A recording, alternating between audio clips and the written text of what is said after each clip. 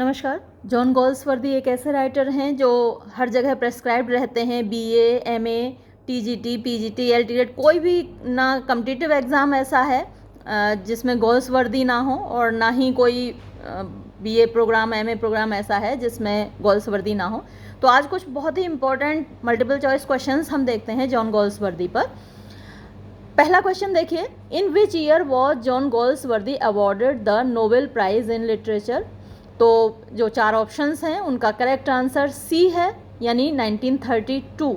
और ये आगे एक्सप्लेन भी किया हुआ है। John Galsworthy received the Nobel prize in literature in 1932, specifically cited for his distinguished art of narration, which takes its highest form in the Forsyte saga। ठीक है, तो गोल्सवर्दी को ये नोबेल प्राइज़ मिला 1932 में। स्पेसिफिकली मैंने ख़ास तौर पर साइट किया गया, उद्धरण दिया गया उनके डिस्टिंग्विश्ड, यानी जो जानी पहचानी है, जानी मानी है, आर्ट ऑफ नरेशन, यानी उनके अंदर एक कला है नरेशन की, कहानी सुनाने की। Which takes its highest form, यानी जो कि अपने उच्चतम रूप में दिखाई देती है इन द फोरसाइट सागा। तो ये उनकी नॉवल सीरीज़ है और जिसमें उनकी आर्ट ऑफ नरेशन दिखाई देती है। ख़ास तौर पर इस वर्क के लिए उनको नोबेल प्राइज़ दिया गया था। तो आपको ये भी याद रखना है कि किस वर्क के लिए दिया गया था, इसलिए ये जो एक्सप्लेनेशन नीचे दिया हुआ है ये भी बहुत इंपॉर्टेंट है।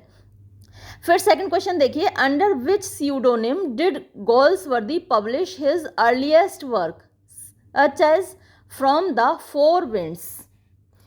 यानी अंडर विच स्यूडोनिम, स्यूडोनिम क्या होता है? जब राइटर अपना खुद का नाम नहीं बताता और एक छद्म नाम अपना लेता है, एक काल्पनिक नाम अपना लेता है, तो वो स्यूडोनिम कहलाता है। तो किस स्यूडोनिम को अपनाकर उन्होंने पब्लिश किया था हिज अर्लीस्ट वर्क, यानी अपना जो प्रारंभिक रचनाएं थीं, जैसे कि फ्रॉम द फोर विंड्स। तो यहाँ जो ऑप्शंस हैं उनमें से जो सही जवाब है वो है जॉन सिन जॉन। और इसका एक्सप्लेनेशन देखिए, रैशनल है। Before establishing his own name, यानी अपना खुद का नाम स्थापित करने से पहले गोल्सवर्दी ने प्रयोग किया द पेन नेम, ये जो पेन नेम है जॉन सिन जॉन। लिटरली यानी इसका मतलब ये है कि John son of John, John जो कि जॉन का बेटा है, for his initial literary ventures. Initial माने प्रारंभिक, लिटरेरी साहित्यिक वेंचर्स, जो उन्होंने कोशिशें की, जो उन्हें काम किए। तो शुरुआत में अपना साहित्यिक वर्क पब्लिश करने के लिए उन्होंने जॉन सिन जॉन नाम अपनाया। ये बहुत इंपॉर्टेंट क्वेश्चन है। इसके बाद आगे देखिए, third question, which social class, यानी कौन सा सामाजिक वर्ग serves as the primary subject, यानी प्रारंभिक विषय है of Galsworthy satirical critique. Galsworthy का जो एक सटायरिकल वर्क है, व्यंग्यात्मक वर्क है, द फोरसाइट सागा। तो कौन सा सामाजिक वर्ग है? तो इसका सही जवाब है B, the landed aristocracy. Landed यानी जिनके पास जमीन है, जमींदार। एरिस्टोक्रेसी उच्च वर्ग होता है, तो वो मुख्य रूप से इस वर्ग पर व्यंग करते हैं। और इसका एक्सप्लेनेशन देखिए, गोल्सवर्दीज वर्क्स, गोल्सवर्दी की रचनाएं प्रीडोमिनेंटली, मुख्य रूप से dissect the insular values. Dissect का मतलब होता है काट पीट करना, जैसे डिसेक्शन होता है बॉडी का, डॉक्टर्स करते हैं, कैडावर्स का जो डेड बॉडी है उसको डिसेक्ट करते हैं, पता लगाते हैं कि कौन सी चीज़ कहाँ पर है, क्या कमी है, तो वो डिसेक्शन कहलाता है। अब यहाँ पर जॉन गोल्सवर्दी भी डिसेक्शन करते हैं द इंसुलर वैल्यूज़। इंसुलर यानी जिनके अंदर छिपे रहते हैं, जो ऊपर से ढकी रहती हैं, वो वैल्यूज़, मूल्य, मैटेरियलिज्म यानी भौतिकवाद, एंड पजेसिव इंस्टिंक्ट्स। पजेसिव यानी पजेशन में रखना, अपने अधिकार में रखना, इंस्टिंक्ट्स जो आदतें हैं ऑफ द वेल्दी ब्रिटिश, जो वेल्दी माने जो धनवान ब्रिटिश लोग हैं, अपर मिडिल क्लास, ऊपरी जो मध्य वर्ग है, during the late Victorian and Edwardian eras, यानी जो विक्टोरियन एज है और एडवर्ड एरा है, जो युग है, उस समय के जो धनवान ब्रिटिश लोग हैं उनका अध्ययन किया जाता है, उनके बारे में बारीकी से बताया जाता है इनके वर्क्स में। फिर देखिए question number 4, Galsworthy was the president of which international literary organisation founded in London in 1921।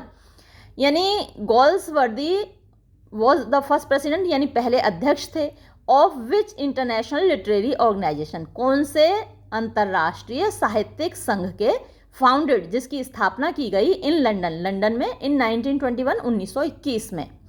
तो वो किसके अध्यक्ष थे? बी इसका सही जवाब है, PEN International, PEN PEN International. और इसका एक्सप्लेनेशन देखिए, ही वॉज अ को फाउंडर यानी जो मिलकर स्थापना करते हैं, तो वो को फाउंडर थे, संस्थापक थे, and the very first president और पहले अध्यक्ष थे ऑफ पेन इंटरनेशनल सोसाइटी के, प्रमोटिंग जो कि प्रमोट करता है, एनकरेज करता है फ्रेंडशिप दोस्ती को, एंड इंटेलेक्चुअल कोऑपरेशन बौद्धिक कोऑपरेशन मतलब सहयोग को, अमंग राइटर्स लेखकों के बीच, वर्ल्ड वाइड यानी पूरी दुनिया में। फिर देखिए question number 5, what was Galsworthy's academic and professional background. यानी गोल्सवर्दी का एकेडमिक यानी जो साहित्यिक है, प्रोफेशनल जो उनका व्यावसायिक है, बैकग्राउंड पृष्ठभूमि, before he turn to writing full time, यानी इससे पहले कि वो राइटिंग की तरफ मुड़े, पूर्णकालिक लेखक बनने की ओर मुड़े, उससे पहले वो क्या करते थे, उनकी पृष्ठभूमि क्या थी। तो इसका सही जवाब है थियोलॉजी यानी धर्मशास्त्र। इसका एक्सप्लेनेशन देखिए, गोल्सवर्दी वॉज एजुकेटेड, गोल्सवर्दी की शिक्षा दीक्षा हुई at Harrow and New College, तो इन संस्थाओं में, Oxford, and was called to the bar, और उनको बार में बुलाया गया इन 1890। तो बार शराब खाना नहीं होता है ना, शराब खाना भी बार कहलाता है, लेकिन ये जो बार होता है ये वकीलों की सोसाइटी होती है, एडवोकेट्स की सोसाइटी होती है। बार काउंसिल आपने सुना होगा, अक्सर न्यूज़ में रहता है, और मामला लीगल है तो सीरीज़ आपने देखी ही होगी, बार काउंसिल के इलेक्शन उसमें दिखाए गए हैं। दो ही प्रैक्टिस्ड लॉ वेरी ब्रीफली, दो हालांकि ही प्रैक्टिस्ड लॉ, उन्होंने वकालत की वेरी ब्रीफली, बहुत थोड़े समय के लिए। फिर देखिए अभी तक ये उनके बायोग्राफिकल क्वेश्चंस थे, अब जो आगे क्वेश्चंस हैं फोरसाइट सागा एंड एसोसिएटेड ट्रायलॉजीज, तो उनके ये वर्क्स हैं जो बहुत फेमस हैं, उन पर बेस्ड कुछ क्वेश्चंस देखिए। विच 1906 नॉवल, यानी कौन सा नॉवल है जो 1906 में प्रकाशित हुआ, मार्क्स द ऑफिशियल बिगिनिंग, जिससे ऑफिशियली शुरुआत होती है ऑफ द फोरसाइट सागा की। तो इसका आंसर है B, the man of property. और इसका एक्सप्लेनेशन देखिए, the man of property introduced readers, यानी ये जो रचना है गोल्सवर्दी की, द मैन ऑफ प्रॉपर्टी, इसने इंट्रोड्यूस किया, परिचय कराया रीडर्स पाठकों का, टू सोआम्स फोरसाइट, तो ये कैरेक्टर है इससे, एंड हिज एक्सटेंडेड फैमिली, और उनका जो विस्तृत परिवार है, एस्टेब्लिशिंग स्थापित करते हुए गोल्सवर्दीज रेप्यूटेशन, गोल्सवर्दी की ख्याति, उनका नाम, एज अ मेजर नॉवलिस्ट, एक मुख्य नॉवलिस्ट के रूप में, उपन्यासकार के रूप में। फिर देखिए question number 7, who is known as the man of property in the titular novel. Who is known, कौन जाना जाता है, as the man of property, यानी ये जो मैन ऑफ प्रॉपर्टी नॉवल है, इसके जो टाइटुलर नेम है वो कौन है, मैन ऑफ प्रॉपर्टी है कौन। तो इसका सही जवाब है सी, सोआमीज फोरसाइट। तो ये व्यक्ति है जो कि मैन ऑफ प्रॉपर्टी के नाम से जाना जाता है, याद रखिएगा। इसका एक्सप्लेनेशन देखिए, Soames's Forsyte is the central figure, तो ये जो बंदा है ये मुख्य पात्र है, हुज डेफाइनिंग ट्रेट, जिसका पारिभाषिक ट्रेट माने गुण होता है, इज वो क्या है, उसका गुण, मुख्य गुण क्या है, हिज डिजायर, उसकी इच्छा, टू पजेस हासिल करने की, एवरीथिंग हर चीज, इंक्लूडिंग जिसमें कि शामिल है, हिज ब्यूटीफुल वाइफ आयरीन, उसकी खूबसूरत पत्नी आयरीन। तो जैसे आपने वो देखी थी ना फिल्म पद्मावत, उसमें अलाउद्दीन खिलजी कहता है कि दुनिया की हर नायाब चीज़ पर अलाउद्दीन का हक है, तो ऐसा ही कुछ इसको भी लगता है कि दुनिया की हर नायाब चीज़ पर उसका हक है। फिर देखिए question number 8, What is the name of the architect hired by Swamis to build the house at Robin Hill? तो रॉबिन हिल पर मकान बनाने के लिए जिस आर्किटेक्ट को हायर किया था स्वामीज ने, उस आर्किटेक्ट का नाम क्या था? तो उसका सही जवाब है फिलिप बोसिनी, यानी ए सही जवाब है। फिर इसका एक्सप्लेनेशन देखिए, Philip Bosinney is the young unconventional architect. तो फिलिप बोसिनी एक युवा अनकन्वेंशनल, जो कि मतलब ट्रेडिशनल नहीं है, आर्किटेक्ट है, निर्माण करता है, whose tragic affair with Soames's wife Irene, और उसका एक अफेयर हो जाता है स्वामीज की पत्नी आयरीन से, शटर्स द फैमिली पीस, और इससे घर की शांति, परिवार की शांति बर्बाद हो जाती है। फिर देखिए question number 9, what short include connects the man of property and in chancery? तो वो कौन सी इंटरल्यूड है जो कनेक्ट करती है, जोड़ती है द मैन ऑफ प्रॉपर्टी को और इन चांसरी को? कई ड्रामाज में आपने देखा होगा कि 2 एक्ट हैं और बीच में एक इंटरल्यूड है। तो इंटरल्यूड क्या है? 2 चीज़ों को जोड़ने वाली चीज़ होती है, या फिर दोनों को अलग करने वाली चीज़ होती है ना। कनेक्ट करना और जोड़ना मतलब एक तरीके से पैराडॉक्स है कि वो अलग भी करता है। जैसे कि आपने एक मेरे साथ ड्रामा पढ़ा था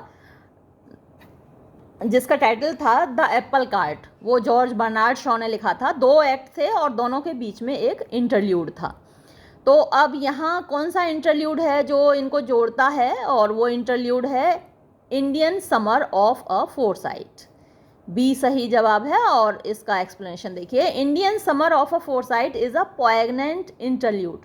तो ये बड़ी गहन इंटरल्यूड है, फोकसिंग, जिसका फोकस है, जिसका केंद्र है ऑन द अनयूजुअल, यानी अस्वाभाविक, जेंटल फ्रेंडशिप, सामान्य दोस्ती, बिटवीन ओल्ड जोलियन फोरसाइट, यानी थोड़े से बुजुर्ग जोलियन फोरसाइट एंड आयरीन, और आयरीन के बीच, during the final days of life, जो अंतिम दिन हैं उनकी जिंदगी के।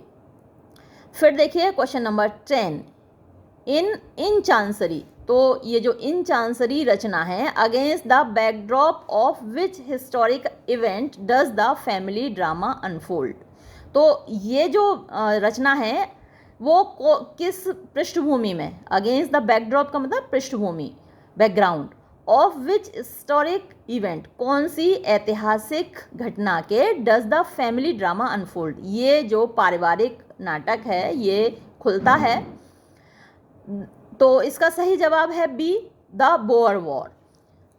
फिर देखिए इसका explanation, the atmosphere of in chancery, यानी 1920 में ये जो प्रकाशित हुआ इन चांसरी, इज डीपली इंटरट्वाइंड, यानी ये गहन रूप से जुड़ा हुआ है, विद द सोशल एंग्जाइटीज, सामाजिक चिंताओं से, एंड इम्पीरियलिस्ट फर्वर, इम्पीरियलिस्ट यानी साम्राज्यवादी, और फर्मर उत्साह होता है, of the Anglo Boer war, तो इस युद्ध से जुड़ा हुआ है। फिर देखिए question number 11, who does Irene marry after her eventual divorce from Soames Forsyte? तो सोआम्स फोरसाइट से डिवोर्स लेने के बाद, तलाक लेने के बाद, आयरीन किससे शादी करती है? तो इसका जवाब है बी, यंग जोलियन फोरसाइट। और इसका एक्सप्लेनेशन जरा देखिए, आयरीन फाइंड्स, आयरीन पाती है, जेन्युइन वास्तविक, हैप्पीनेस खुशी, एंड लव और प्रेम, with young Julian, young Julian के अंदर, सोआम्स कजिन, जो कि सोआम का कजिन है, who shared her artistic and independent spirit, जो कि शेयर करता है उसकी आर्टिस्टिक, कलात्मक और इंडिपेंडेंट, यानी जो फ्रीडम से भरी हुई स्पिरिट उसकी आत्मा है। यानी कुछ महिलाओं को आपने देखा होगा कि वो आज़ाद ख्याल होती हैं, आज़ादी पसंद है, और पति में उनको वो चीज़ें नहीं मिलती और वो अपने पति से तलाक ले लेती हैं, दूसरी जगह दूसरे व्यक्ति के साथ मिल जाती हैं। तो ऐसी ही कुछ आयरीन की भी कहानी है, तो आपको ये कैरेक्टर याद रखना है। फिर देखिए question number 12, what is the title, यानी क्या शीर्षक है, ऑफ द थर्ड नॉवल, तीसरे उपन्यास का, in the original foresight saga trilogy, जो कि मौलिक फोरसाइट सागा ट्रायलॉजी है उसका तीसरे नॉवल का टाइटल क्या है? तो इसका सही जवाब है सी, टू लेट, यानी जाने देना। टू लेट 1921 में प्रकाशित हुआ। कंक्लूड्स, वो निष्कर्ष निकालता है, कंक्लूड करता है द फर्स्ट ट्रायलॉजी, पहली ट्रायलॉजी को, यानी ये अंतिम है, अंतिम उपन्यास है इस ट्रायलॉजी का, तीसरा। सेंटरिंग, जिसका केंद्र है on the star crossed romance. Star crossed क्या होता है? जिनके सितारे नहीं मिलते हैं ना, जैसे लैला मजनू हैं, रोमियो जूलियट है, हीर रांझा हैं, ये कैसे लवर्स कहलाते हैं? स्टार क्रॉस्ड कहलाते हैं, जिनके सितारे आपस में नहीं मिलते, उनका मिलन नहीं होता या सक्सेसफुल नहीं होती उनकी प्रेम कहानी, तो वो स्टार क्रॉस्ड लवर्स कहलाते हैं, और उनका जो रोमांस है वो स्टार क्रॉस्ड रोमांस कहलाता है। बिटवीन फ्लूइड, जो कि स्वाम की बेटी है, and Jon Irene and young Jolyon son, तो ये आयरीन और यंग जॉलियन का बेटा है, इनका जो अफेयर है वो क्या है? स्टार क्रॉस्ड रोमांस है। ऐसा एक इंडिया में भी केस हुआ था, है ना। चलो फिर देखिए, why is the romance between John Forsyte and fluid Forsyte doomed to fail, यानी ये जो लव अफेयर है ये फेल क्यों होना है? डूम्ड माने जिनके भाग्य में लिखा है फेल होना इस प्रेम कहानी का, तो ऐसा क्यों है? तो इसका सही जवाब है सी, दे डिस्कवर, वो उनको पता चलता है, द बिटर पास्ट, कड़वा अतीत, एंड ट्रॉमा, और जो एक ट्रेजेडी है, ट्रॉमा है, shared by their parents Irene and Soames, उनके जो माता पिता हैं आयरीन और सोआम्स, उनका एक पास्ट रहा है ना। और तो अब उस पास्ट से ये जुड़ा हुआ है। हमारे यहाँ तो मर्डर ही हो गया था ऐसे केस में, तो कुछ ऐसी ही है ये भी कहानी कि भाई जिनके जैसे एक फादर सौतेला है या मदर सौतेली है और जो बच्चे हैं उनमें अफेयर हो गया।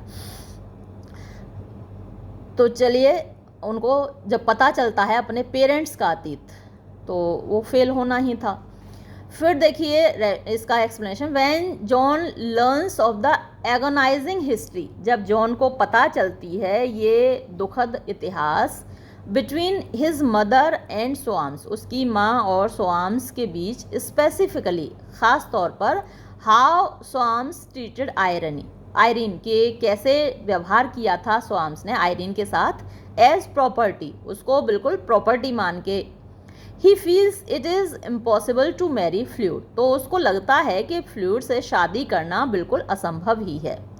फिर देखिए question number 14, what is the collective title of Galsworthy's second Forsyte trilogy? तो फोरसाइट ट्रायलॉजी के जो कलेक्टिव टाइटल है सेकेंड फोरसाइट ट्रायलॉजी का, वो क्या है? तो इसका जवाब है बी, अ मॉडर्न कॉमेडी। इसका एक्सप्लेनेशन देखिए, a modern comedy includes, a modern comedy में शामिल है the white monkey, the silver spoon and the swan song. ये ज़रूर याद रखिएगा, है ना। इसमें अ मॉडर्न कॉमेडी के जो 3 पार्ट हैं, the white monkey, the silver spoon and the swan song.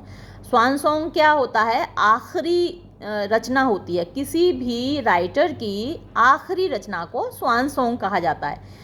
अब इसका नाम स्वान सॉन्ग क्यों होता है कि ऐसा माना जाता है, जब स्वान माने हंस होता है, कि हंस जब मरता है तो मरते मरते वो गीत गा रहा होता है, अपनी डेथ के टाइम गीत गा रहा होता है। तो कोई भी राइटर मरने से पहले जो आखिरी रचना अपनी लिखता है उसको स्वान सॉन्ग कहा जाता है। Focusing on the younger post world war first generation, तो इसका फोकस क्या है?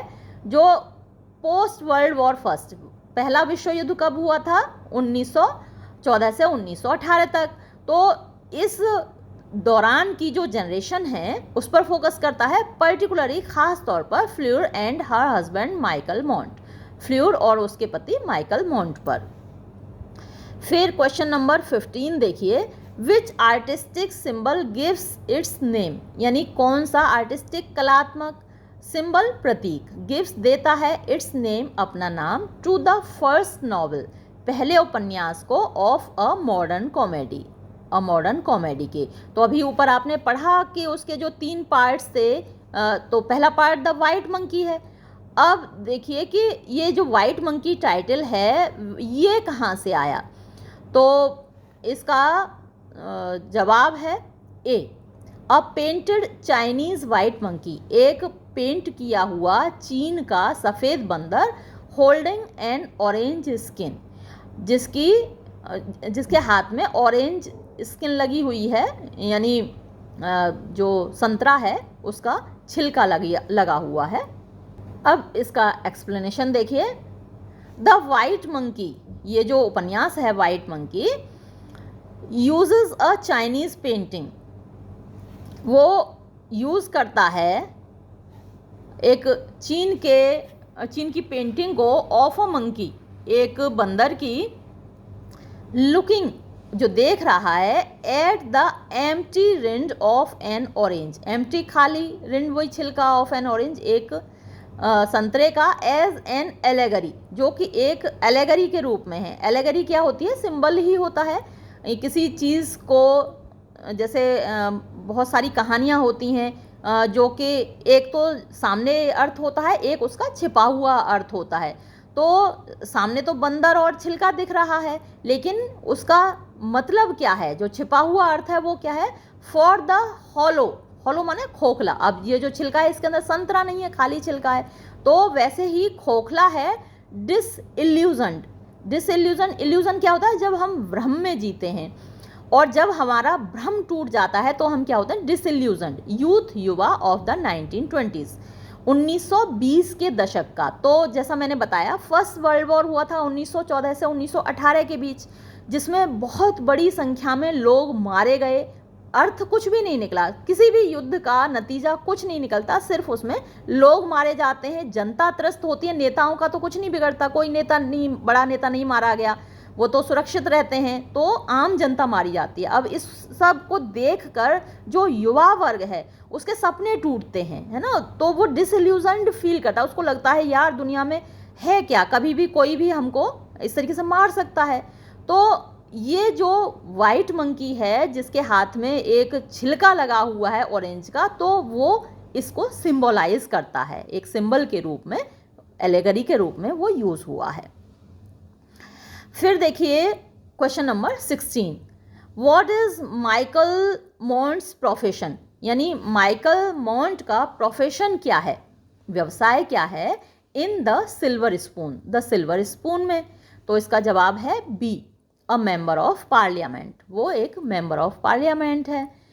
फिर इसका एक्सप्लेनेशन देखिए। फ्ल्योर्स हस्बैंड माइकल मोंट, फ्ल्योर का पति माइकल मोंट, एंटर्स प्रवेश करता है, पॉलिटिक्स राजनीति में, एज एन एमपी, एक एमपी के तौर पर, मेंबर ऑफ पार्लियामेंट के तौर पर, अटेम्प्टिंग कोशिश करते हुए, टू चैंपियन, कि वो चैंपियन है, अ सोशल रिफॉर्म, एक सामाजिक सुधार का, social reform scheme known as Foggartism. तो ये आप इसको याद रखिएगा कि जो सोशल रिफॉर्म स्कीम है उसके चैंपियन के तौर पर वो प्रवेश करता है, और उस स्कीम का नाम क्या है, फोगार्टिज्म, इसको ज़रूर याद रखिएगा।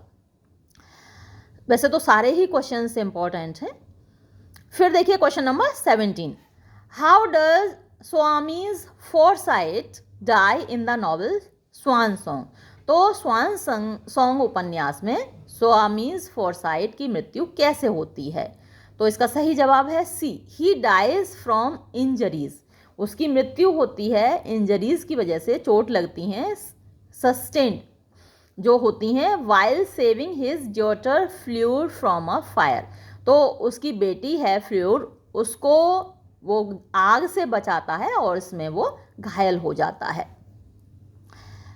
फिर देखिए इसका explanation, in a final ultimate act, यानी जो अंतिम एक्ट है, प्रोटेक्टिव एक्ट माने जो कार्य है, टास्क है, वर्क है, प्रोटेक्टिव माने सुरक्षा देने वाला, लव प्रेम, Soames pushes Fleur out of the way of a falling burning painting during a house fire sustaining fatal injuries.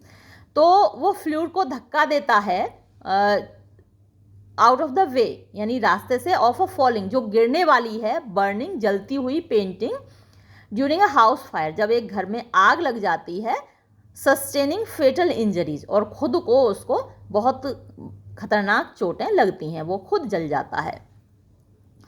फिर देखिए question number 18, what is the focus of Galsworthy's final trilogy end of the chapter. तो गोल्सवर्दी की जो अंतिम trilogy है, end of the chapter, उसका focus यानी उसका केंद्र बिंदु क्या है, किस चीज़ पर फोकस करती है। तो इसका करेक्ट आंसर बी है, द शेरल फैमिली, यानी शेरल परिवार, हु रिप्रेजेंट, जो कि रिप्रेजेंट करते हैं, प्रतिनिधित्व करते हैं, द ओल्ड, पुरानी, लैंडेड अरिस्टोक्रेसी, जो जमींदार उच्च वर्ग है उसका। फिर देखिए इसका explanation, end of the chapter, यानी एंड ऑफ द चैप्टर जो रचना है, shifts primary focus to the Charwell family. तो इसका जो मुख्य फोकस है, केंद्र है, वो शेरल फैमिली है, cousins of the months, months के कजिन हैं ये लोग, इलस्ट्रेटिंग द डिक्लाइन, इलस्ट्रेटिंग माने वो दिखाता है, द डिक्लाइन माने पतन, ऑफ द ट्रेडिशनल माने पारंपरिक, ड्यूटी बाउंड अपने कर्तव्य से बंधे हुए, कंट्री जेंट्री जो देहाती लोग हैं, तो कैसे वो ड्यूटी बाउंड हुआ करते थे और पारंपरिक हुआ करते थे, और कैसे उनका पतन हुआ, ये दिखाया गया है। फिर क्वेश्चन नंबर 19 देखिए, which of the following books is not a part of the end of the chapter trilogy. तो इनमें से कौन सी किताब एक पार्ट नहीं है, भाग नहीं है end of the chapter trilogy का। तो डी उसका भाग नहीं है, बाकी जो ट्रायलॉजी है, made in waiting, flowering wilderness, one more river, तो ये उसका पार्ट है, बियॉन्ड इसका पार्ट नहीं है। बियॉन्ड है क्या, वो आगे देखिए आप। Beyond 1917 is an independent novel, ये एक इंडिपेंडेंट नॉवल है। The 3 volumes of and of the chapter, जो 3 वॉल्यूम्स हैं वो जो ABC ऑप्शंस थे आपके, मेड इन वेटिंग ये 1931 में प्रकाशित हुआ, फ्लावरिंग विल्डरनेस ये 32 में प्रकाशित हुआ, वन मोर रिवर 1933 में प्रकाशित हुआ। फिर देखिए, वैसे मुझे लगता है कि ये 100 क्वेश्चंस आपके लिए बहुत इंपॉर्टेंट होंगे और काफ़ी कुछ इसमें से कवर होगा। फिर देखिए question number 20, what controversial action drives the plot of flowering wilderness, यानी कौन सा कंट्रोवर्शियल, जिस पे कंट्रोवर्सी हो, कोई झगड़ा हो, विवाद हो, तो कौन सा विवादित एक्शन है, काम है, ड्राइव्स द प्लॉट, जिससे कि प्लॉट माने कहानी ली गई है, ऑफ फ्लावरिंग विल्डरनेस, इस रचना की कहानी कहाँ से ली गई है। तो इसका जवाब है B, Wilfred Desert converts to Islam under threat of death in the east, तो इस घटना से ली गई है।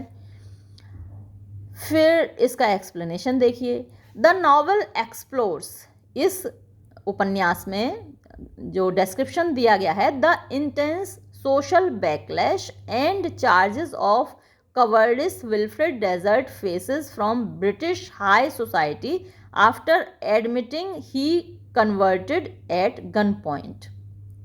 तो ये एक घटना है ना, जिसमें कि कवर्डिस के चार्जेस लगे थे, आरोप लगे थे, है ना।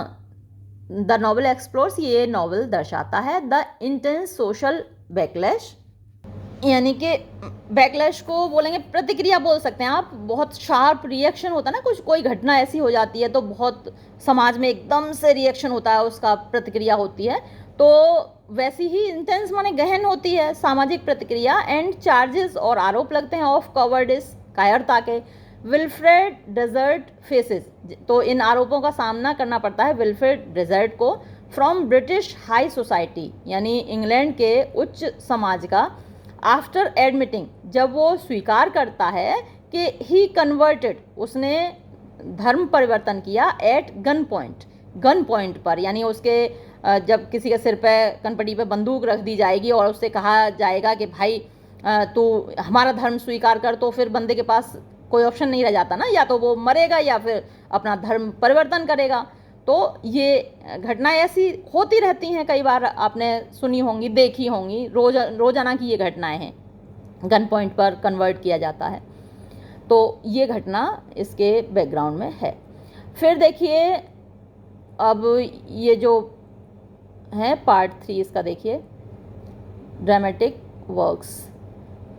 Question number 21, which of Galsworthy's plays, यानी गोल्सवर्दी के कौन से नाटक प्रोड्यूस्ड, कौन सा नाटक था जिसको प्रोड्यूस किया गया 1906 में, डायरेक्टली एड्रेसेस, जो सीधे तौर पर एड्रेस करता है the harsh realities of labour strikes. जो हार्श माने कठोर, रियलिटीज़ माने वास्तविकताएं हैं, लेबर जो मजदूर होते हैं, स्ट्राइक्स उनकी हड़ताल, मजदूरों की हड़ताल की। तो कहाँ किस नाटक में दिखाई गई है? तो इसका सही जवाब है सी, स्ट्राइफ। स्ट्राइफ नाटक है। तो इनमें से ये जो नाटक दिए गए हैं सारे ही उनके बहुत फेमस नाटक हैं, बहुत इंपॉर्टेंट हैं। जस्टिस, द सिल्वर बॉक्स, इनमें से जस्टिस तो मैंने अपलोड भी किया है और बाकी भी कोशिश करूँगी कि सिल्वर बॉक्स तो कम से कम अपलोड हो जाए, ये भी बहुत अच्छा नाटक है। तो इसका जवाब है सी, स्ट्राइफ में ये दिखाया गया है। अब इसका एक्सप्लेनेशन देखिए। स्ट्राइफ डिपिक्ट्स, यानी स्ट्राइफ नाटक में वर्णन किया गया है अ प्रोलॉन्ग्ड माने लंबी, अनकम्प्रोमाइजिंग, कंप्रोमाइज समझौता होता है, तो अनकम्प्रोमाइजिंग जिसमें समझौता नहीं होता, कन्फ्रंटेशन, कन्फ्रंटेशन माने झगड़ा, आमना सामना, बिटवीन बीच में, द ऑब्स्टिनेट माने जिद्दी, अड़ियल, chairman of a tin plate works and a fanatical union leader. तो भाई दोनों ही अड़ियल हैं, जो यूनियन लीडर है, मजदूर यूनियन का लीडर है वो भी अड़ियल है, और ये जो चेयरमैन हैं वो भी अड़ियल है। तो इनका आपसी झगड़ा यहाँ दिखाया गया है। फिर क्वेश्चन नंबर 22 देखिए। इन स्ट्राइफ, यानी स्ट्राइफ जो नाटक है उसमें who are the two opposing leaders, कौन आमने सामने से भिड़ने वाले नेता हैं, हुज जिनकी के स्टबर्ननेस, जिद्दीपन, अड़ियलपना, पैरालाइजेस यानी एक तरीके से लकवाग्रस्त कर देता है द इंडस्ट्री को, उद्योग को। तो भाई जब चेयरमैन और मजदूर यूनियन का लीडर आपस में लड़ेंगे तो इंडस्ट्री तो पैरालाइज हो ही जाएगी ना, उसको तो लकवा मार ही जाएगा। तो वो दोनों कौन हैं? इसका आंसर है ए, जॉन एंथनी और डेविड रॉबर्ट्स। अब इसका एक्सप्लेनेशन देखिए। John Anthony is the unyielding capitalist chairman. ज़रूर नाम याद रखिएगा, इनके बारे में कहीं ना कहीं से क्वेश्चन ज़रूर आएगा। हो सकता है कि एग्जैक्ट मैं जो आपको क्वेश्चंस करा रही हूँ ये ना आए, लेकिन घूम फिर के आएंगे इनमें से। तो इनके नाम याद रखने कि जो जॉन एंथनी हैं वो अनयील्डिंग ना, यानी ना झुकने वाला, कैपिटलिस्ट पूंजीवादी होता है, चेयरमैन है of the Trenartha tin plate works, तो ये उस कंपनी का नाम है, इंडस्ट्री का नाम है। एंड डेविड रॉबर्ट्स, और जो डेविड रॉबर्ट्स है इज वो है द फियर्स, मतलब बड़ा लड़ाकू टाइप का, अनकम्प्रोमाइजिंग जो समझौता न करने वाला है, झुकने न वाले है, लीडर नेता ऑफ द स्ट्राइकिंग वर्कमैन, जो स्ट्राइक माने जो हड़ताल कर रहे हैं वर्कमैन, मजदूर, तो ये उनका नेता। दोनों के नाम ज़रूर याद रखिएगा, बहुत इंपॉर्टेंट नेम्स हैं ये दोनों के। फिर देखिए question number 23। What is the tragic irony at the end of the play Strife? तो क्या आयरनी है? आयरनी क्या होती है? एक विद्रूपता होती है ना, कुछ सोचा होता है, कुछ होता है, परिणाम कुछ निकलता है, तो वो आयरनी कहलाती है। तो क्या दुखद आयरनी है जो कि अंत में देखने को मिलती है स्ट्राइफ नाटक के? तो इसका आंसर है सी, द सेटलमेंट रीच्ड, यानी समझौता होता है आफ्टर मंथ्स, महीनों बाद, ऑफ स्टारवेशन यानी भूखमरी के, इज आइडेंटिकल वो वैसा ही है, to the terms proposed before the strike began, यानी स्ट्राइक जब शुरू हुई थी, हड़ताल शुरू हुई थी, उससे पहले के जो टर्म्स एंड कंडीशंस थे, जो शर्तें थीं, उन्हीं पर समझौता होता है। तो जो महीनों की ये भूखमरी थी बेचारे हड़ताली मजदूरों की, वो तो जाया गई ना, वो तो बर्बाद गई, और समझौता बिल्कुल उसी तरीके से हुआ। तो इसकी ज़रूरत ही नहीं थी स्ट्राइफ की, पहले ही ये समझौता हो जाता।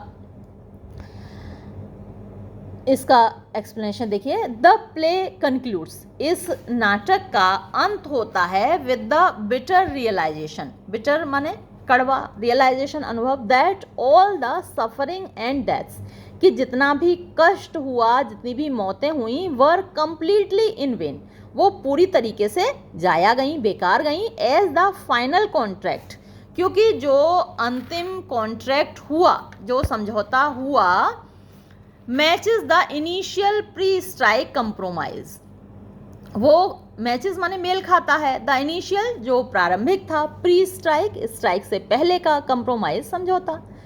फिर देखिए क्वेश्चन नंबर 24, गोल्सवर्दीज फर्स्ट प्ले, गोल्सवर्दी का पहला नाटक द सिल्वर बॉक्स, याद रखिएगा, 1906 is a critic of what system, critic माने आलोचना है, किस सिस्टम की, किस व्यवस्था की, तो इसका जवाब है बी, द डबल स्टैंडर्ड, यानी एक डबल स्टैंडर्ड है ऑफ द लीगल सिस्टम, जो कानून व्यवस्था है, फेवरिंग, जो कि फेवर करती है द रिच, अमीर लोगों का, ओवर द पुअर, गरीब लोगों के। तो ये तो हर जगह देखने को मिलती है ना, जब कोई भी देश हो, अपने यहाँ भी देखिए कि जिन बड़े से बड़े अपराधों को करके हमारे यहाँ धनवान लोग बच जाते हैं, उनको एंटीसिपेटरी बिल मिल जाती है, यानी अपराध करेंगे और फिर एंटीसिपेटरी बेल ले लेंगे और उनको अरेस्ट ही नहीं किया जा सकता। बड़े बड़े नेताओं को यहाँ बेल मिल जाती है, लेकिन गरीब छोटी सी चोरी करेगा वो जेल में सड़ता रहेगा सालों तक। तो ये जो डबल स्टैंडर्ड है लीगल सिस्टम का, वो कहाँ दिखाया गया है, द सिल्वर बॉक्स में दिखाया गया है। मैं ज़रूर इसको अपलोड करूँगी, अभी तो नहीं कर पा रही हूँ, लेकिन भविष्य में ज़रूर करूँगी। बहुत अच्छा नाटक है। तो इसका जवाब बी हुआ। और इसका एक्सप्लेनेशन देखिए, द सिल्वर बॉक्स, ये नाटक डेमोन्स्ट्रेट्स माने दिखाता है, हाउ, कैसे, अ वेल्दी यूथ, एक धनवान युवक, जैक बार्थविक, जिसका नाम जैक बार्थविक है, एस्केप्स, बच निकलता है, पनिशमेंट, दंड से, for public intoxication and theft, तो ये उसने अपराध किए हैं, वाइल, जबकि अ पुअर, एक गरीब, अनएम्प्लॉयड मैन, जो बेरोजगार आदमी है, जोन्स, इज सेंटेंस्ड, उसको दंड दिया जाता है, टू हार्ड लेबर, कठोर परिश्रम का, फॉर अ सिमिलर ऑफेंस, ऐसे ही अपराध के लिए उसको सश्रम कारावास मिलता है। फिर देखिए question number 25, what object is stolen, यानी क्या चीज चुराई जाती है, in the silver box, silver box नाटक में, दैट सेट्स द प्लॉट, जिससे कहानी शुरू होती है, इन मोशन, यानी कहानी आगे बढ़ती है, किस चीज की चोरी से, तो इसका जवाब है सी, अ सिल्वर सिगरेट बॉक्स, एक चांदी का सिगरेट बॉक्स है। तो द सिल्वर बॉक्स टाइटल है चांदी का, तो बॉक्स क्या है, सिगरेट बॉक्स है। अब इसका एक्सप्लेनेशन देखिए, Jack Barthwick steals, Jack Barthwick चुराता है, अ क्रिम्सन सिल्क पर्स, एक लाल silk purse, out of spite, यानी बदले की भावना से, while Jones takes the silver cigarette box, जबकि जोन्स सिगरेट बॉक्स सिल्वर का जो चांदी का है उसको ले लेता है, फ्रॉम बार्थविक्स होम, बार्थविक के घर से, लीडिंग टू जोन्स अरेस्ट, जिसकी वजह से जोन्स गिरफ्तार होता है। फिर देखिए question number 26, which 1910 play by Galsworthy led to significant real world reforms in British prisons, which माने कौन सा 1910 में लिखा गया नाटक जॉन गोल्सवर्दी का, लेड माने इसकी वजह से हुआ, सिग्निफिकेंट यानी काफ़ी महत्वपूर्ण, रियल वर्ल्ड वास्तविक दुनिया में, रिफॉर्म्स तो वास्तविक दुनिया की रिफॉर्म सुधार हुए, इन ब्रिटिश प्रिजन्स, ब्रिटेन की जेलों में। तो इसका आंसर है बी, जस्टिस। ये मैंने अपलोड भी किया है, आपने पढ़ाई होगा। तो इस नाटक में दिखाया गया है कि जेल क्या क्या असर डालती है, जो कैदी हैं उन पर कितना बुरा असर डालती है। तो इसका एक्सप्लेनेशन देखिए, जस्टिस पावरफुली एक्सपोज्ड, जस्टिस जो नाटक है उसने बड़े सशक्त तरीके से एक्सपोज किया, दिखाया, द साइकोलॉजिकल यानी मनोवैज्ञानिक क्रूअल्टी, दुष्टता, ऑफ सॉलिटरी कन्फाइनमेंट, सॉलिटरी माने एकाकी कारावास होता है, अकेले में कैदी को रख दिया जाता है, जिसमें कि फोल्डर को रखा गया था, डीपली मूविंग होम सेक्रेटरी, तो इसकी वजह से डीपली मूविंग बहुत गहराई से असर पड़ा। होम सेक्रेटरी थे जो उस वक्त विंस्टन चर्चिल, जो बाद में प्रधानमंत्री भी बने, टू इंस्टीट्यूट प्रिजन रिफॉर्म, और उन्होंने प्रिजन यानी जेलों में सुधार किया इस नाटक को देखने के बाद। Next question 27, who is the tragic protagonist? कौन है ट्रेजिक प्रोटैगनिस्ट माने मुख्य पात्र? तो इस त्रासदी का मुख्य पात्र कौन है इन जस्टिस? जस्टिस नाटक में हु ऑल्टर्स, जो कि ऑल्टर कर देता है, बदल देता है, फोर्जरी करता है अ कंपनी चेक, कंपनी के चेक में। तो फोल्डर था, आपने अच्छे से पढ़ाई है मेरे साथ, तो इसका जवाब बी विलियम फोल्डर। और इसका एक्सप्लेनेशन देखिए, William folder is a young clerk. William folder एक युवा क्लर्क है। हु कमिट्स फोर्जरी, जो कि फोर्जरी करता है, धोखाधड़ी करता है। Out of desperation to rescue Ruth Honeywill, किसकी वजह से करता है? रूथ हनीवेल एक औरत है, उसको रेस्क्यू करने के लिए, उसको बचाने के लिए, और इतना डेस्परेट है, यानी उसको बहुत ज़्यादा चिंता है उसकी। अ वुमन, ये एक ऐसी महिला है, ट्रैप्ड, जो कि फंसी हुई है, इन एन एब्यूसिव मैरिज, एक एब्यूसिव मैरिज यानी जो एक शादी है जिसमें उसका पति उसको मारपीट करता है। तो ऐसी बहुत सारी शादियां हैं, बहुत सारी महिलाएं हैं हर समाज में, हर देश में, हर काल में, लेकिन ऐसा तो नहीं होना चाहिए ना कि उसकी मदद करने के लिए आप फोर्जरी करो, आप धोखाधड़ी करो उस लोगों के साथ जिन्होंने आपको एम्प्लॉयमेंट दिया है। तो ये विलियम फोल्डर की कहानी है जस्टिस में। फिर देखिए question number 28, what is Falder's fate, यानी फोल्डर का भाग्य क्या होता है at the end of Justice, Justice नाटक के अंत में। तो करेक्ट आंसर है सी, ही कमिट्स सुसाइड, वो आत्महत्या कर लेता है, बाय जंपिंग, कूद कर, फ्रॉम अ बालकनी, बालकनी से, टू अवॉइड, बचने के लिए, री अरेस्ट, फिर से गिरफ्तारी से बचने के लिए वो कूद पड़ता है और मर जाता है। तो इसका एक्सप्लेनेशन देखिए, broken by the stigma of being an x convict, broken माने टूट जाता है वो, बाय द स्टिग्मा, स्टिग्मा कलंक होता है, आपके माथे पर कलंक लग जाता है। एक बार आप जेल चले जाएं, मतलब जो नेता लोग हैं वो तो कितनी बार भी जेल चले जाएं उनको कोई कलंक नहीं लगता, लेकिन एक सामान्य व्यक्ति है ना, हम जैसे जो मिडिल परिवार के लोग हैं वो अगर जेल चले जाएं तो उनके ऊपर एक कलंक लग जाता है। तो वैसा ही इस पर कलंक लग जाता है कि वो एक्स कन्विक्ट है, यानी जेल जा चुका है। एंड फेसिंग इमीडिएट अरेस्ट, और वो फिर से गिरफ्तारी फेस कर रहा है। For violating his ticket of leave, तो उसने थोड़ी सी फिर से चालाकी की है, टिकट ऑफ लीव अपनी वायोलेट की है। Falder throws himself down a stairwell, तो एक जो सीढ़ियों का मतलब जीना होता है, तो उससे वो कूद पड़ता है बचने के लिए गिरफ्तारी से, और मर जाता है। फिर देखिए question number 29, which play explores, यानी कौन सा नाटक है जो दिखाता है द कॉन्फ्लिक्ट, झगड़ा, between an old aristocratic family, एक पुरानी एरिस्टोक्रेटिक यानी उच्च वर्ग का परिवार, एंड अ रथलेस, और एक क्रूर self made novo rich industrialist. तो जो एक सेल्फ मेड यानी जो खुद से बना है, जिसकी दौलत नई नई है ना, जो नए बने हैं, नया धनवान बना है, तो ऐसे दो लोगों के बीच में एक कॉन्फ्लिक्ट किस नाटक में है? तो वो है द स्किन गेम में। इसका एक्सप्लेनेशन देखिए, द स्किन गेम 1920 प्रेजेंट्स, तो ये प्रस्तुत करता है अ बिटर, एक कड़वा, फ्यूड, झगड़ा, ओवर लैंड, जमीन को लेकर, एंड सोशल स्टैंडिंग, और सामाजिक जो स्टेटस है उसको लेकर, बिटवीन, बीच में, द एरिस्टोक्रेटिक हिलक्रिस्ट फैमिली, तो एक एरिस्टोक्रेटिक यानी उच्च वर्ग की जो पुराने रईस हैं वो फैमिली है, and the aggressive speculator horn blower, तो इन दोनों के बीच में दिखाया जाता है झगड़ा। फिर question number 30, what central theme is dissected in Galsworthy's 1922 play loyalties, तो गोल्सवर्दी का 1922 का नाटक है लॉयल्टीज, तो क्या उसकी मुख्य थीम है? तो इसका जवाब है B, the conflicting allegiances of race, class, race, profession and friendship during a crisis, है ना। तो कैसे कॉन्फ्लिक्ट होता है वर्ग, जाति, व्यवसाय, और फ्रेंडशिप दोस्ती में एक क्राइसिस के दौरान, यानी जो बुरा समय होता है उसमें।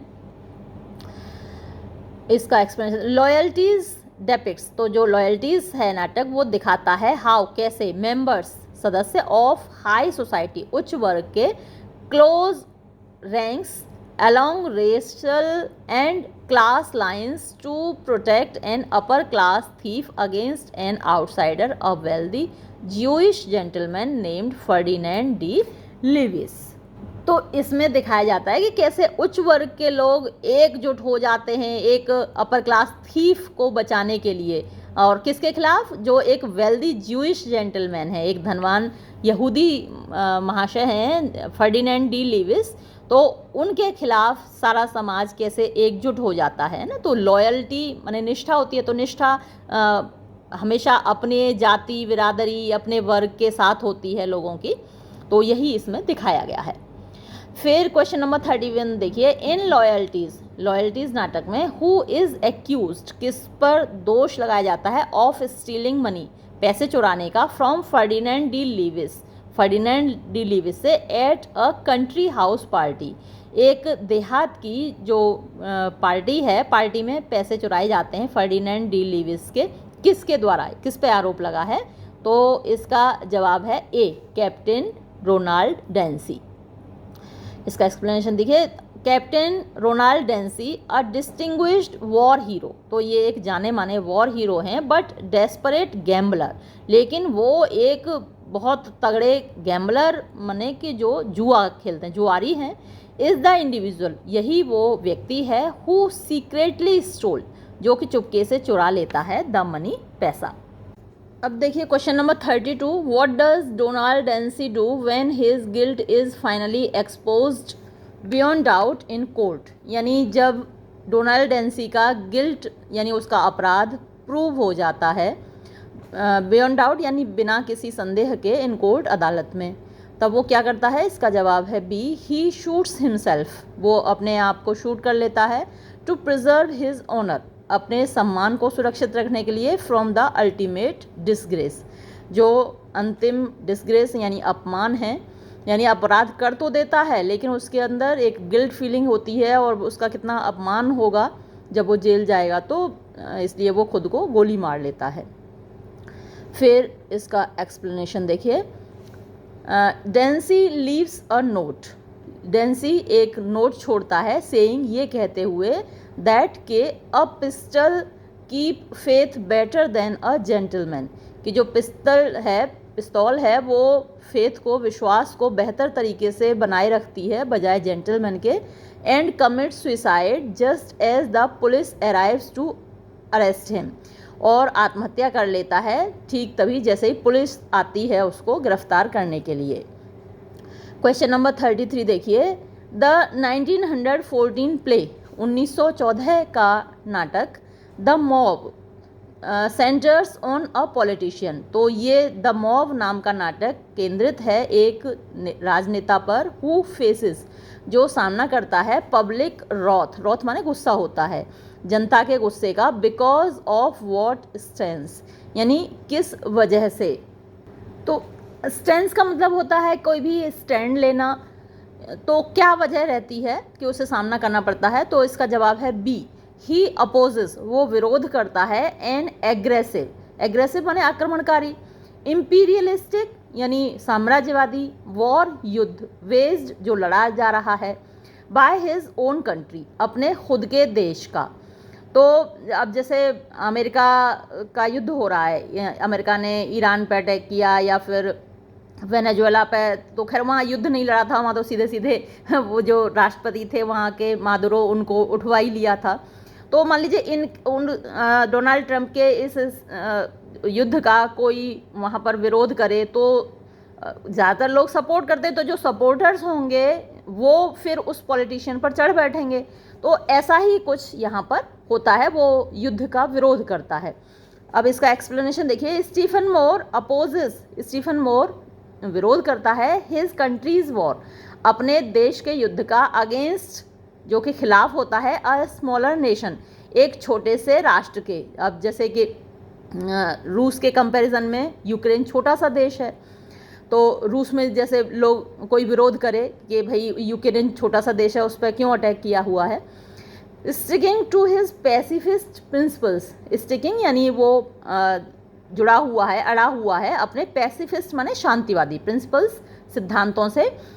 डेस्पाइट बावजूद, लूजिंग हिज फैमिली, अपना परिवार खोने के बावजूद, कैरियर खोने के बावजूद, एंड इवेंचुअली हिज लाइफ, और अपना अंततः उसको अपना जीवन भी खोना पड़ता है, टू अ फ्रेंजीड मॉब, यानी फ्रेंजीड माने पागल, मॉब माने भीड़, तो भीड़ तो एकदम पागल हो जाती है जब किसी पर अटैक करती है, वो अच्छा बुरा देखती ही नहीं। तो यही इसके साथ होता है, स्टीफन मोर के साथ, याद रखिएगा, काफ़ी इंपॉर्टेंट क्वेश्चन है।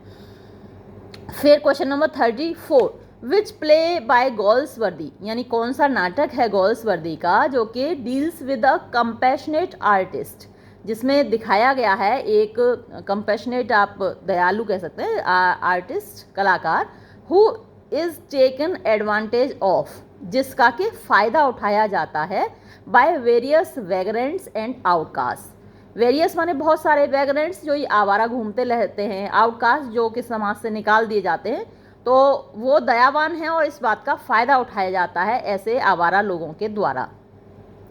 तो इसका सही जवाब है बी, द पिजन। यहाँ पर इसका एक्सप्लेनेशन देखिए। The pigeon is a whimsical yet profound comedy, तो ये 1912 में प्रकाशित हुई इनका नाटक, जो कि एक विम्सिकल सनकी टाइप की, प्रोफाउंड माने गहरी कॉमेडी है, कॉमेडी ड्रामा अबाउट क्रिस्टोफर वेलविन, इनका नाम याद रखिएगा, ये कलाकार हैं। अ सॉफ्ट हार्टेड आर्टिस्ट, एक नरमदिल कलाकार। तो ज़्यादातर कलाकार नरमदिल ही होते हैं, क्योंकि अगर वो नरमदिल नहीं होंगे तो कला रह ही नहीं सकती। एक पत्थर के दिल में कला का रहना बड़ा मुश्किल होता है, तो ज़्यादातर जो साहित्यकार होते हैं, कलाकार होते हैं, वो सॉफ्ट हार्टेड होते हैं। हुज इनडिस्क्रिमिनेट चैरिटी, हुज जिसकी, कि इनडिस्क्रिमिनेट माने बिना किसी भेदभाव के दी जाने वाली, चैरिटी दया, चैलेंजेस इंस्टीट्यूशनल फिलोसफी, चैलेंजेस माने चुनौती देती है, इंस्टीट्यूशनल जो कि किसी संस्था से जुड़ी होती है, फिलेंथ्रपी मतलब मानव कल्याण, तो संस्थागत मानव कल्याण को वो चुनौती देती है और इसका फ़ायदा उठाया जाता है लोगों के द्वारा। फिर देखिए question number 35, which social issue is at the heart of Galsworthy's play the eldest son, तो गोल्सवर्दी का नाटक है द एल्डेस्ट सन, तो उसका जो केंद्र है, कौन सा सामाजिक इश्यू है, तो इसका जवाब है बी, द हिपोक्रेसी, हिपोक्रेसी होता है पाखंड, ऑफ कंट्री हाउस मॉरलिटी, जो देहात की मॉरलिटी होती है, नैतिकता होती है, रिगार्डिंग जो संबंधित होती है pre marital affairs across class lines, यानी प्री मैरिटल अफेयर्स नहीं होने चाहिए, सभी वर्गों में ये होती है, हालांकि ये अच्छी चीज़ है, ये जो नैतिकता है अच्छी चीज़ है, नहीं होने चाहिए। तो और इस पे एक ड्रामा था, the court is in session, silence the court is in session, उस पर एक वीडियो था मेरा, तो काफ़ी लोग मेरे इसके ख़िलाफ़ थे, काफ़ी लोगों ने उसमें विरोध किया है, बहुत लोगों ने उसमें मैसेज करे, और फिर मैंने जब जवाब दिया तो उन्होंने अपने मैसेज डिलीट भी कर दिए थे। तो ये तो गलत है ना, जो एक्स्ट्रा मैरिटल अफेयर्स हैं। खैर अब देखिए कि इसका एक्सप्लेनेशन देख लीजिए। सर विलियम शेशायर इंसिस्ट, तो सर विलियम शेशायर इंसिस्ट करते हैं that an under keeper marry a village girl he impregnated, कि वो उससे शादी करे, विलेज गर्ल गांव की लड़की से जिसको उसने इम्प्रेगनेट किया है, मतलब प्रेग्नेंट किया है, but faces severe moral contradictions, लेकिन वो सामना करता है सीवियर माने कठोर, मॉरल नैतिक कॉन्ट्राडिक्शंस यानी विरोधाभासों का, when his own eldest son, जब उसका खुद का सबसे बड़ा बेटा प्रिपेयर्स तैयारी करता है टू मैरी, शादी करने की, अ लेडीज़ मेड, एक मोहतरमा की मेड से, अंडर आइडेंटिकल सर्कमस्टांसेस, यानी वैसी ही परिस्थितियों में। फिर देखिए question number 36, in the play escape, ये जो नाटक है एस्केप 1926 में प्रकाशित हुआ। What is the background of the protagonist, यानी पृष्ठभूमि क्या है प्रोटैगोनिस्ट मैट डेनेंट की, तो इसका सही जवाब है B, he is an ex officer, वो एक पुराना रिटायर्ड ऑफिसर है, हु एक्सीडेंटली, जो कि गलती से, किल्स, मार देता है, अ प्लेन क्लॉथ पुलिसमैन, यानी सादा कपड़ों में जो एक पुलिसमैन था, वाइल डिफेंडिंग अ प्रोस्टिट्यूट, एक प्रोस्टिट्यूट की रक्षा करते हुए। फिर इसका एक्सप्लेनेशन देख लीजिए। Matt Denant strikes a detective, Matt Denant वार करता है एक डिटेक्टिव पर, who is harassing a woman, जो कि एक महिला को परेशान करता है, वुमन ऑफ द नाइट, यानी वो जो प्रोस्टिट्यूट्स होती हैं। द डिटेक्टिव फॉल्स, तो वो डिटेक्टिव गिर जाता है, hits his head on an iron railing, और उसका सिर आयरन, लोहे की रेलिंग पे लग जाता है, एंड डाइज, और वो मर जाता है, लीडिंग टू मैट्स इम्प्रिजनमेंट, और जिसकी वजह से मैट को जेल जाना पड़ता है, एंड सब्सिक्वेंट एस्केप फ्रॉम डार्टमूर, और बाद में वो निकल भागता है डार्टमूर से। क्वेश्चन नंबर 37 देखिए। How does the fugitive Matt Denant bring about his own capture at the end of the escape, यानी ये जो फ्यूजिटिव भगोड़ा होता है, तो जो मैट डेनेंट जो कि फ्यूजिटिव है, भगोड़ा है, कैसे खुद को ही पकड़वा बैठता है अंत में, एस्केप के अंत में, इस नाटक के अंत में। तो जवाब है ए, ही सरेंडर्स, वो सरेंडर कर देता है वॉल्यूंटरीली, माने अपनी इच्छा से, to save a village person, एक गांव के व्यक्ति को बचाने के लिए, from having to tell a lie to protect him, जिसको कि झूठ बोलना पड़ता है उसकी सुरक्षा के लिए, उसको बचाने के लिए, तो वो खुद ही सरेंडर कर देता है। फिर इसका एक्सप्लेनेशन देखिए। Driven by an innate sense of honour, innate माने जो अंदर से ही आता है, पैदाइशी होता है, बाहर से नहीं जाता, तो जो उसके अंदर से ही एक सेंस ऑफ ऑनर है, सम्मान की एक भावना है, मैट रिफ्यूजेस, मैट इनकार कर देता है, to let the person compromise his religious integrity, कि वो बंदा अपनी रिलीजियस माने धार्मिक आत्मसम्मान है उसको साथ कंप्रोमाइज़ करे, समझौता करे, बाय लाइंग, झूठ बोलकर, टू द परस्यूइंग कॉन्स्टेबल्स, जो कॉन्स्टेबल्स उसका पीछा कर रहे हैं उनसे वो झूठ बोले, ये उसको अच्छा नहीं लगता, उसके सम्मान की भावना को ठेस लगती है, वो खुद ही सरेंडर कर देता है। क्वेश्चन 38 देखिए। Which play features characters named Mrs Lemmy, a poor waste maker, and Lord William Spendlove, तो ये दोनों कैरेक्टर्स किस नाटक में हैं? तो जवाब है ए, द फाउंडेशंस में।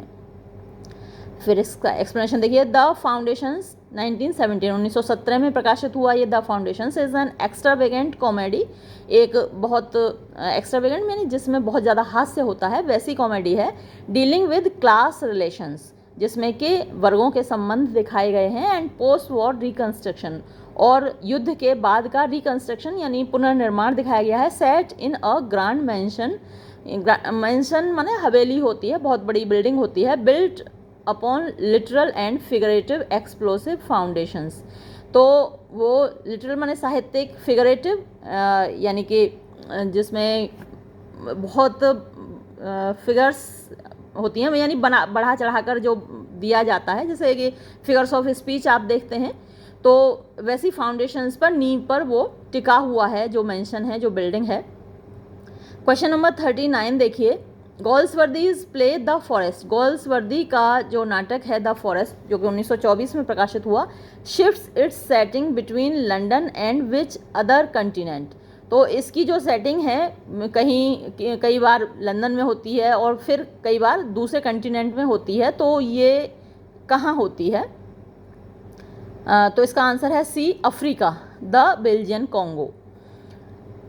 फिर देखिए इसका explanation. The forest explores the dark world of high stakes financial speculation in London and its brutal human cost on an expedition into Central Africa, तो ये जो द फॉरेस्ट नाटक है इसमें दिखाया गया है कि जो लंदन की फाइनेंशियल कंडीशंस हैं, यानी लंदन तो प्रॉस्परस हो रहा है और उसकी कीमत किसको चुकानी पड़ रही है? वो अफ्रीका के लोगों को चुकानी पड़ रही है, उनके ऊपर ब्रूटलिटीज़ की जा रही हैं। ऐसा तो इनके इम्पीरियल टाइम में हुआ ही था, जो कॉलोनियल पीरियड था जिसमें कि पूरी दुनिया पर अंग्रेज लोग राज करते थे, तो सारी दुनिया में इन्होंने अत्याचार किए ही थे। फिर क्वेश्चन नंबर 40 देखिए।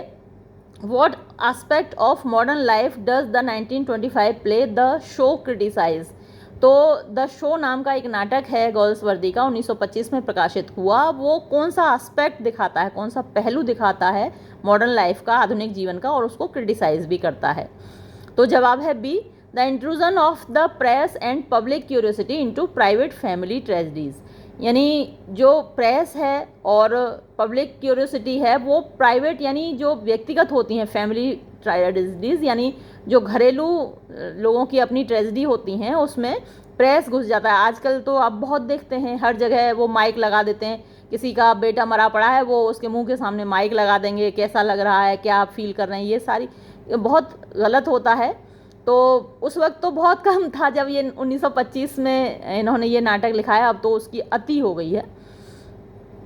फिर इसका एक्सप्लेनेशन देखिए, द शो जो नाटक है इलस्ट्रेट्स दिखाता है how a private family tragedy, कि कैसे एक व्यक्तिगत पारिवारिक ट्रेजेडी अ सुसाइड जो कि एक आत्महत्या है is mercilessly picked apart by sensationalist journalist. तो ये सेंसेशनल न्यूज़ बन जाती हैं। बहुत अभी त्विषा शर्मा की जैसे डेथ हुई है, बहुत सारे डेथ्स हो रही हैं और वो सेंसेशनल न्यूज़ बन जाती है जर्नलिस्ट के लिए, पत्रकारों के लिए। तो वैसा ही यहाँ दिखाया गया था। And legal investigators for public consumption, और जो लीगल इन्वेस्टिगेटर्स होते हैं जो तहकीकात करते हैं फॉर पब्लिक कंजम्पशन, और पब्लिक को उसमें बड़ा स्वाद आता है। तो अब भाई डिमांड है उनके चैनल्स की, तो वो इसीलिए ऐसा करते भी हैं। अब देखिए नॉवेल्स पर कुछ और देखिए, नॉवेल्स जो कि 4 साइड्स का जो क्रोनोलॉजी है उससे अलग जो उपन्यास उन्होंने लिखे हैं उन पर बेस्ड कुछ क्वेश्चंस देखिए। Which 1907 novel by Goldsworthy focuses on the social constraints and moral dilemmas of the Pendiss family। तो 1907 में प्रकाशित हुआ गोल्सवर्दी का कौन सा उपन्यास है जो कि दिखाता है सोशल कॉन्स्टेंट्स, मतलब जो सामाजिक बंधन होते हैं, और मॉरल डायलेमास जो नैतिक डायलेमा होते हैं कि इधर जाऊं कि उधर जाऊं, वो डायलेमा कहलाता है, और पेंडिस फैमिली का दिखाया गया है इसमें। तो इसका करेक्ट आंसर बी है, द कंट्री हाउस। इसका एक्सप्लेनेशन देखिए, द कंट्री हाउस जो उपन्यास है सटायराइजेस यानी व्यंग करता है the insular habits and rigid conservation. Insulation होता है, जैसे तार के ऊपर प्लास्टिक चढ़ा होता है वो इंसुलेटेड वायर कहलाता है। तो इंसुलर हैबिट्स यानी जो ऐसी हैबिट्स हैं, आदतें हैं जो कि एक इंसुलेशन का काम करती हैं। एंड रिजिड माने कठोर, कंजर्वेटिव्स क्या होता है जिसमें परंपरागत तरीके से लोग रहते हैं। ऑफ द इंग्लिश स्क्वायर की, तो इंग्लिश अंग्रेजों की स्क्वायर जो जमींदार होते हैं, स्क्वायर की यानी कि जो जमींदार तबका है, through the troubles of Horace Pendyce and his son George. तो इन लोगों की क्या हैबिट्स हैं उन पर सटायराइज किया गया है, व्यंग किया गया है, उनकी परेशानियां दिखाई गई हैं इन लोगों की, होरेस पेंडिस और उनका बेटा जॉर्ज। फिर देखिए question number 42, in the country house उपन्यास में what vice threatens to bring public ruin upon young George Pendyce. यानी कौन सी वाइस माने दुर्गुण है, थ्रेटन्स यानी वो एक खतरा बन जाता है, टू ब्रिंग पब्लिक रुइन यानी जनता उसको नुकसान पहुंचा सकती है उसकी वजह से, जो युवा जॉर्ज पेंडिस है। तो इसका जवाब है बी, एन अफेयर। तो उसका एक अफेयर होता है विद अ मैरिड वुमन, एक शादीशुदा औरत से जिसका नाम है Helen Bellew, and his debts on the turf, और उसके ऊपर कर्जे हैं। इसका एक्सप्लेनेशन देखिए, जॉर्ज इन्फेचुएशन, जॉर्ज को बहुत तगड़ा लगाव होता है, इन्फेचुएशन मतलब बिल्कुल इलॉजिकल जब लगाव होता है, with the estranged wife of Captain Bellew की, एस्ट्रेंज माने जिनमें अनबन हो गई हो, वो पत्नी है, leads to a threatened divorce, और इसकी वजह से तलाक तक नौबत आ जाती है। Suit that scandalises his family traditional, is highly traditional family. तो ये एक स्कैंडल बन जाता है उसकी, ट्रेडिशनल माने जो परंपरागत फैमिली है, उसका परिवार है, उसके लिए एक तरीके से बदनामी का सबब बन जाता है। फिर देखिए question number 43, which novel explores, कौन सा नॉवल दिखाता है द लाइव्स, जीवन एंड फिलोसफीज और सिद्धांत दर्शन ऑफ टू ब्रदर्स, दो भाइयों का, वन एन एकेडमिक। तो उनमें से एक एकेडमिक है यानी पढ़ाई लिखाई से संबंधित है, स्कॉलरशिप से संबंधित है, स्कॉलर है, एंड अदर एन आर्टिस्ट, और दूसरा एक कलाकार है लिविंग इन लंदन में रहने वाले। तो इसका सही जवाब है ए, फ्रेटर्निटी। तो फ्रेटर्निटी उपन्यास में ये दिखाया गया है। देखिए फ्रेटर्निटी 1909 इन्वेस्टिगेट्स, तो ये जो उपन्यास है ये इसमें दिखाया गया है the intellectual upper middle classes, यानी जो इंटेलेक्चुअल है बौद्धिक, अपर मिडिल जो मिडिल क्लास है, मध्य वर्ग है, उसका ऊपरी तबका, क्लासेस अनईजी कॉन्शियंस, अनईजी जो बेचैन रहता है, कॉन्शियंस उनकी अंतरात्मा, रिगार्डिंग संबंधित, द पुअर गरीब, the contrasting the brothers Hilary and Dallison, तो दो भाइयों का कंट्रास्टिंग माने विरोधाभास दिखाया गया है, यानी गरीबों को लेकर उनके जो सोच है उसमें विरोधाभास दिखाया गया है। फिर क्वेश्चन नंबर 42 देखिए, 44 sorry, what is the central theme, यानी मुख्य थीम क्या है, विषय वस्तु क्या है, ऑफ गोल्सवर्दीज 1913 नॉवल, गोल्सवर्दी के 1913 के उपन्यास द डार्क फ्लावर की। तो जवाब है बी, द इमोशनल यानी भावनात्मक, एंड साइकोलॉजिकल यानी मनोवैज्ञानिक, फेजेस पहलू ऑफ लव प्रेम के, इन अ मैंस लाइफ एक मनुष्य के जीवन में, youth, maturity and old age, तो हर मनुष्य की 3 अवस्थाएं होती हैं, यूथ युवावस्था, मैच्योरिटी वयस्क अवस्था, एंड ओल्ड एज और बुजुर्गावस्था, तो तीनों में क्या उसके फेजेस रहते हैं वो दिखाए गए हैं। एक्सप्लेनेशन देखिए, the dark flower is a non satirical, जो डार्क फ्लावर है वो एक सटायरिकल नहीं है, यानी व्यंग्यात्मक नहीं है, व्यंग्यहीन है, डीपली साइकोलॉजिकल गहरे रूप से मनोवैज्ञानिक है, स्टडी अध्ययन of the grand turbulent patience, यानी जो बड़ी तेज टर्बुलेंट माने तूफानी भावनाएं होती हैं, ऑफ एन आर्टिस्ट एक कलाकार की, नेम्ड जिसका कि नाम है Mark Lennan, across 3 distinct epochs of his life, यानी उसके जीवन की तीनों अवस्थाओं में उसकी जो तूफानी भावनाएं हैं वो दिखाई गई हैं।